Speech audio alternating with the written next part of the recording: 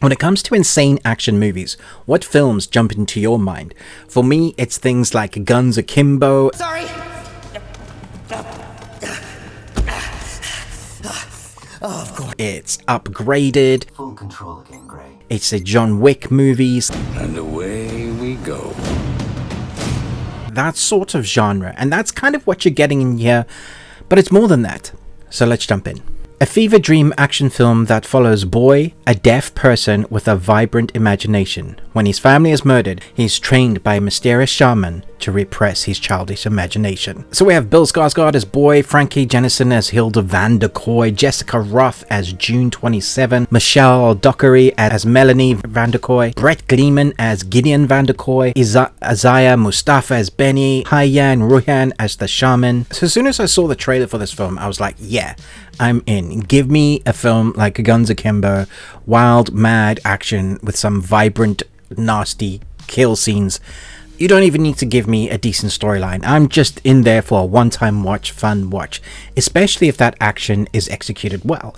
But then you give me an actor like Bill Skarsgård, who, you know, has been in it and a number of other fantastic things. In fact, I don't know that a Skarsgård brother can do wrong or father. They are just a phenomenally talented family. So after I'd seen the trailer, I was wondering how much of the action I've already seen.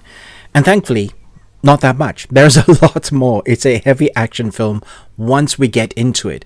It's a weird tier 3 arc because we don't have to build up to the montage. It kind of sorts that out at the beginning. Our training montage, blood sport, kickboxer montage, old school 80s film with our master sensei beating the crap out of us until we actually learn something.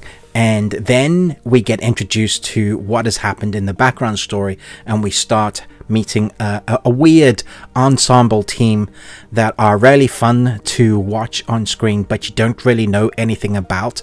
So if you're caring about the characters at all, I didn't really. I liked the characters they were portraying on screen, but for me, you just really care about Boy, who obviously is Skarsgård, and his personification of his sister in his mind, because he's kind of a broken person.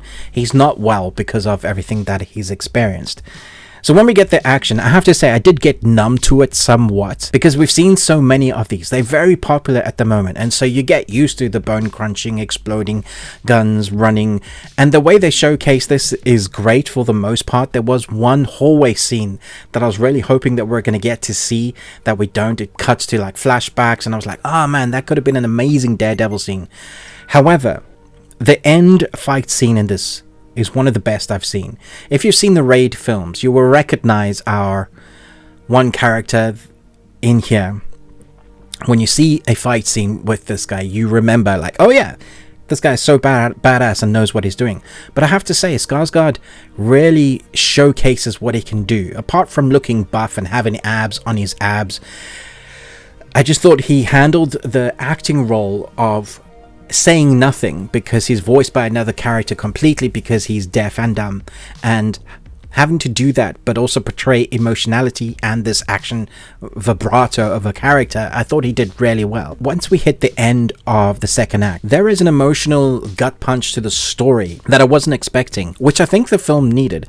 Had it not been there, I might have tapped out earlier, like enjoyed it but kind of just let the film wash over me and go, yeah, I'm probably never going to watch that again. But because it has an extra layer, more emotionality than I was expecting, I was like, oh, okay, this now has me. You had me at the action and the actors and the choreography and just the craziness and the fun and the weird score and the voiceover. All of that works for a one-time watch that you can kind of go in one ear and out the other, right? That's the type of film you're watching. However, when it gets to a more emotional part, it made me care for the characters so that I wanted them to survive, which I thought was clever. Twisty in a way that I wasn't expecting, that I probably should have seen coming, but kept me on edge, and then had an amazing end fight sequence that I was just like, oh, some of the most brutal killings or moments in a film. I've seen a lot of these action films and they do go places I wasn't expecting in moments, not as much as I thought, but in places I'm like, oh, you know, you're making faces when you're watching it. You're going, oh, that hurts. You know, you feel the pain from the character that is being inflicted with a pain that you would never want to go through. and you feel it come through in the screen. You're like, oh. I felt like that a number of times today while I'm watching other films like Infested, The Horror Spider, and I'm like, oh. And this one I'm going like, oh.